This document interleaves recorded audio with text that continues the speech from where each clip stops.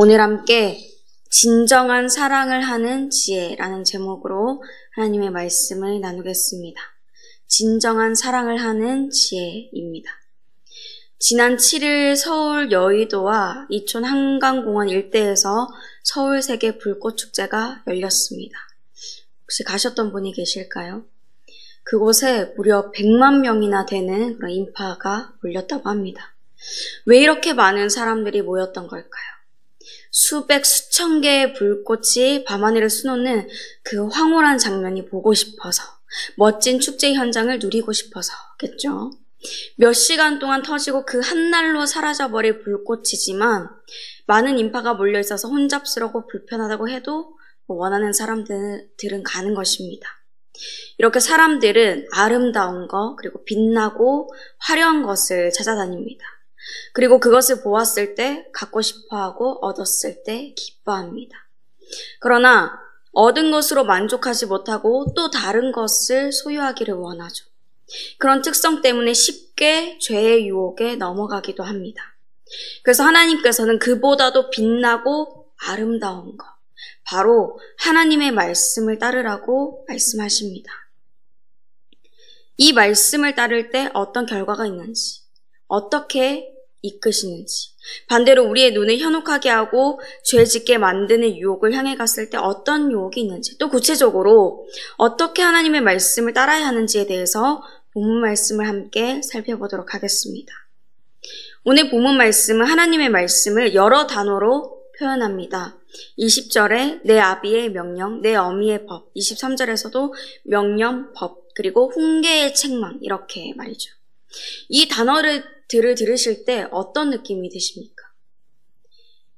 부드럽고 상냥하다 라기보다는 좀 딱딱하고 왠지 모를 위압감이 느껴진다, 이렇게 생각하시는 분이 많으실 것 같습니다. 꼭 지켜야만 하는데 지키지 못하면 혼나고 벌을 받을 것 같다, 이런 생각이 좀 드시죠. 그런 상태에서 21절 말씀을 보시면 더 답답한 마음이 드실 수도 있습니다. 그것을 항상 내 마음에 새기며 내 목에 매라. 물론 하나님의 말씀을 지켜야 하고 죄에 따른 대가도 있습니다. 하지만 그것보다 먼저 생각해 봐야 될 것은 하나님께서 왜 그분의 백성들에게 이런 말씀을 주셨는가 하는 것입니다.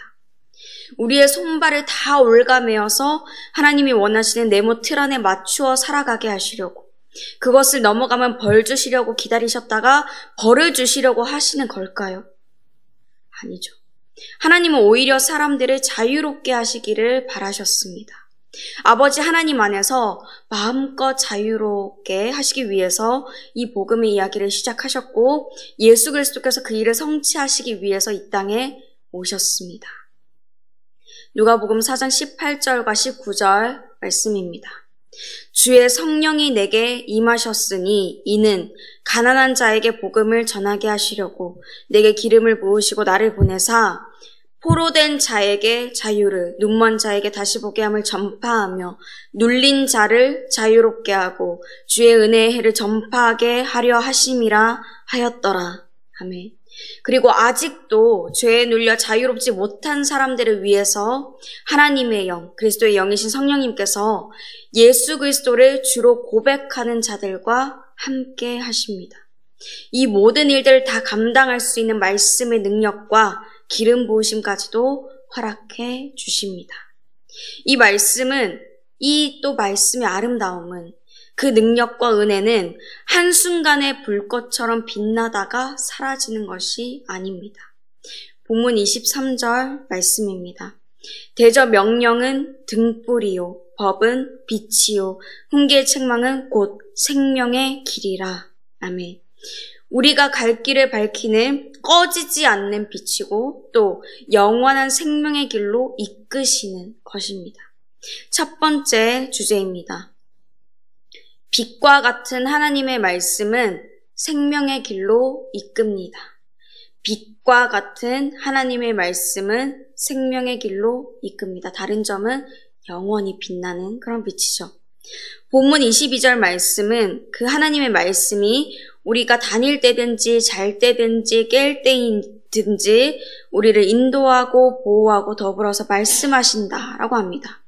강제로 막 손과 발을 묶어서 이끄는 게 아니라 엄격한 잣대로서 대하는 게 아니라 어린 시절의 부모님이 우리가 길을 갈 때 옆에 계셔서 다치지 않게 보호해 주셨듯이 잘 때든지 깰 때든지 옆에 계셨듯이 사랑으로 돌봐주셨듯이 그렇게 하신다는 것입니다. 부모님의 손을 잡고 걸으면은 계단이나 하수구 공사를 하는 곳, 차도와 같은 위험한 곳에서 벗어나게 되고 길을 잃지 않고 안전한 목적지로 갈 수 있게 되는 것처럼 하나님의 말씀을 따르면 죄의 유혹과 그런 위험한 곳에서 벗어나서 하나님께서 우리를 위해 예비해 주신 생명의 길로 걸어가게 됩니다. 하나님의 말씀이 때로는 막 딱딱하고 어려워 보일 수 있고 나를 막 올가매는 것 같다 이런 오해를 하게 될 수도 있지만 오히려 말씀이 하나님의 백성들 바로 우리를 보호해 주시고 안전한 곳으로 이끌어가 주십니다. 이렇게 하나님의 말씀이 이끄시는 대로 모두가 따라가면 참 좋을 텐데 하나님의 사람들을 넘어뜨리는 죄의 유혹들이 있고 그 유혹에 넘어가는 사람들이 셀 수도 없이 많이 있습니다. 우리도 예외가 아니죠. 그 유혹에는 육체의 정욕, 안목의 정욕, 이생의 자랑이 있습니다. 성, 돈, 그리고 명예와 권력이죠. 그 중에서 본문 말씀에서 특별히 성, 바로 음행과 간음에 대해서 말씀합니다. 24절에서 29절 말씀에 걸쳐서 악한 여인, 이방 여인의 혀, 음녀, 음란한 여인, 남의 아내, 여인과 같은 이런 비슷한 단어가 반복됩니다. 눈에 보기에 아름답고 귀에 듣기에 좋게 아첨하는 말을 하는 그런 존재와 유혹에 마음을 빼앗기기 쉬우니까 주의하라, 조심해라 라고 하는 것입니다. 이런 경고의 말씀에도 불구하고 왜 이런 죄들을 행하게 될까요? 그리고 행하면 어떻게 될까요? 자, 성경 말씀에서는 그 결과를 26절에서 무려 35절 말씀까지 길게 설명하고 있습니다. 아주 길게 설명하고 있어요. 떡 한 조각만 남게 되고 귀한 자신의 생명을 사냥당하고 불을 품으며 옷이 타고 숯불을 밟으면 당연히 발을 데이는 것처럼 벌을 면하지 못한다라고 합니다. 그뿐만 아니라 도둑질을 하면 7배를 갚지만 이 음행을 하게 되면 자신의 모든 것까지도 다 내어주게 되고 그뿐만 아니라 자기의 영혼이 망하고 상황과 능욕을 받고 부끄러움조차도 씻을 수 없게 되고 어떤 수를 써도 가늠한 여인의 남편에게 용서받지 못할 것이다 라고 합니다. 사실 이뿐만이 아니죠. 그 뒤에 이어지는 또 많은 아픔들이 생기게 됩니다. 하나님께서 아름답게 맺어주신 가정이 깨지고 또 하나님께서 그 가정에 부어주실 복도 다 깨지게 되는 것입니다. 한마디로 모든 것을 잃고 죽음의 길로 향하게 되는 것이죠. 두 번째 주제입니다. 음란과 간음의 죄의 유혹을 따를 때 죽음의 길로 가게 됩니다. 음란과 간음의 죄의 유혹을 따를 때 죽음의 길로 가게 됩니다. 그런데 왜 그런 죄를 지게 될까요? 경계하지 못하고 넘어지게 될까요? 그 뒤에 있을 일을 생각하지 못하기 때문입니다. 처참한 결과를 알고 있을지라도 주변에서 많이 봤을지라도 내 결과는 다를 거라고 합리화하거나 아예 생각을 못하는 것입니다. 혹은 안 하는 거죠. 이것은 예수 그리스도를 안 믿는 사람들한테만 해당되는 게 아닙니다. 그리스도인들에게 동일하게 하시는 하나님의 말씀, 경고의 말씀입니다. 음란과 간음의 죄의 유혹에서 자유로운 사람은 아무도 없기 때문입니다. 요셉도 보디발의 아내에게 이런 유혹을 당했었고 다윗은 우리아의 아내 밧세바가 먼저 유혹한 것은 아니지만 그 여인의 바라봄으로 생긴 안목의 정욕으로 시험을 당하게 되었습니다. 그리고 그 결과는 달랐죠. 요셉은 유혹을 뿌리쳤지만 억울하게 감옥에 갇히게 되었습니다. 그러나 그 순간을 이겨냈기 때문에 하나님이 예비하신 놀라운 은혜들을 누릴 수 있었습니다. 그리고 그 아름다운 이야기들이 성경에 적혀 있죠. 우리는 그 말씀을 통해서 위로를 얻고 용기를 얻고 또 살아가게 됩니다. 그런데 다윗은 유혹을 뿌리치지 못하고 밧세바와 동침하고 그의 남편인 우리아를 전쟁에 앞장 세워서 죽게 만들었습니다. 결국 자신이 원하던 대로 밧세바를 자신의 아내로 맞아들이게 되었죠. 하지만 이 모든 일을 아신 하나님은 나단 선지자를 통해 다윗을 책망하셨고 또 다윗이 하나님의 말씀에 엎드려져서 책망을 받고 회개하며 돌아왔지만 그렇지만 이 죄의 결과로 밧세바와의 첫 아들이 죽게 되었습니다. 늘 하나님 앞에서 신실하고 하나님을 의지하던 그런 다윗이지만 이 이야기는 말씀에 기록되어서 여전히 우리에게 전해지고 있죠. 수치스러운 역사로 남게 되었습니다. 그 누구도 자만할 수 없습니다. 나한테는 해당되지 않는 말이라고 귀를 닫고 있으면 안 된다는 것입니다. 하나님의 말씀에 귀를 닫고 있을 때 육신의 눈으로 보게 되고 육신의 귀로 듣게 됩니다. 그러므로 언제나 말씀에 귀를 기울이고 깨어 있어야 합니다. 지금까지 우리는 빛과 같은 하나님의 말씀이 믿는 자들을 생명의 길로 이끄시고 반대로 음란과 간음과 같은 죄를 따라갔을 때 죽음의 길로 향해 간다는 그런 말씀을 나누었습니다. 그러면 하나님의 말씀이 이끄시는 생명의 길로만 가기 위해서 구체적으로 어떻게 해야 될까요? 어떻게 해야 눈과 귀를 현혹하게 하는 그 죄의 유혹에서 멀어질 수 있을까요? 마지막 세 번째 주제입니다. 하나님 안에서 진정한 사랑을 배워야 합니다. 하나님 안에서 진정한 사랑을 배워야 합니다. 부모님 또 어르신분들을 통해서 이런 말씀을 많이 듣습니다. 연애 많이 해봐야 된다. 사람 많이 만나봐야 된다. 라고요. 그런 과정을 통해서 사람 자체에 대해서도 알아가고 좋은 사람을 만나는 눈을 가지라고 하시는 거죠. 물론 하나님이 예배 주신 그 배우자를 한 번의 연애로 만나서 그 과정 중에서 서로를 알아가고 영원한 사랑의 언약을 맺기도 합니다. 요점은 사랑을 가만히 앉아서 글로만 읽고 책으로만 배우는 게 아니라 직접 해보라는 것입니다. 아무리 사랑에 관련된 책을 다 읽고 외운다고 할지라도 사랑의 대상이 없이 아무것도 하지 않으면 이론적인 것에만 그치게 됩니다. 그러다가 좋은 사람을 만날 기회가 와도 놓치게 되고 마음을 끌 다른 것이 나타나면 엉뚱한 것에 마음을 빼앗기게 되죠. 하나님에 대해서도 마찬가지입니다.